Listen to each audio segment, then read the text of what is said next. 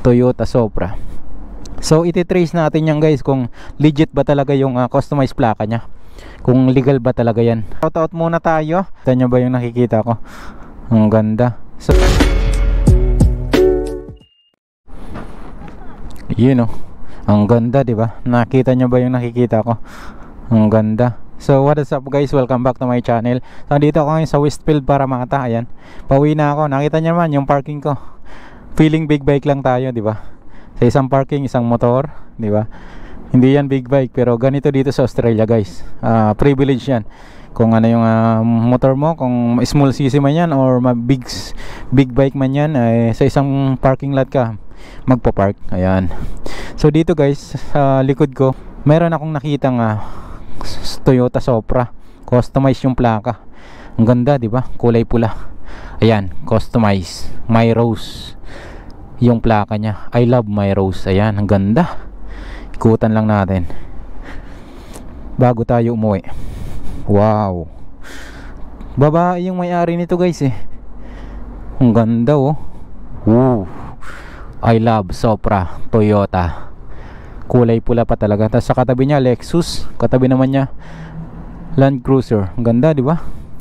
How I wish I have a car like this. Toyota Supra.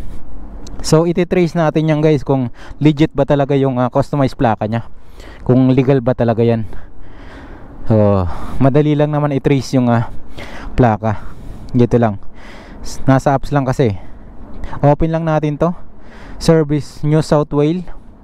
Tapos maglalagin lang tayo. So ito yung plate number nya guys. I-scan lang natin. Boom, lumabas. Legit nga.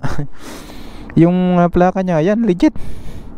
My Rose, year 2020, red, Toyota Supra Coupe. Registration expires 17 March 2024. So meron pa siyang 5 months. Ang lupit, di ba? Wow, sana all.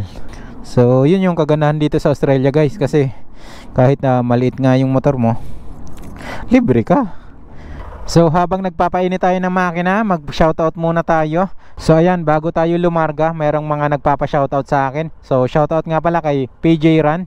Andito yan sa Australia. So rides tayo son brother. Ayan, kita-kits pag nagkaluwag-luwag. So shoutout nga pala kay Alex Kunanan sa Agustus Guns ng Batang Quiapo. Ayan, shoutout sa inyong lahat dyan. And sa huli, shoutout nga pala kay Mark Gabe and sa Team Gahaman. Ayan, isama na natin yung Team Gahaman, kagrupo ko dati sa Angkas. So sila ngayon yung number 1 spot sa pinakamaraming rides. Ayan, sana magtuloy-tuloy yung pananatili nyo sa number 1 spot para makuha nyo yung price na 100,000. So malaking tulong yan sa inyo. So panatilihin nyo. Last year sila din yung number 1 sa pwesto, kaya sana masungkit nyo ulit ngayon yung number 1 spot para 2 taon na kayong number 1. Wow, ang lupit talaga ng grupo ko. Mga gahaman talaga kayo sa biyahe. So ingat lang kayo palagi sa pagdadrive. Ayan, magdasal muna bago lumargada, rumatsada, di ba? Kahit maulan, hataw lang, mapanatili nyo yung number 1 spot sa event ni Angkas, di ba? So ako pauwi na. Ayan, pinahupa ko lang yung haba ng pila kanina dito. So dito guys sa Australia, ayan nga, kapag nakamotor ka, libre lang. Tapos yung parking mo, syempre kung saan nagpa-park yung mga 4 wheels, doon ka rin magpa-park. Tapos dito, pakita ko sa inyo. Ayan, dito wala akong binabayaran. Libre lang ako dito. Yung iba nagtatap ng card. Ayan, ito pakita lang natin. Ayan, tingnan natin. Thank you. Ayan, thank you. Wala tayong binayaran guys. Wala naman akong sticker sa harapan. Ang sticker ko lang dyan ay yung logo ko. So libre lang yung bayad guys. So yun lang. Maraming salamat sa panonood. Bye bye.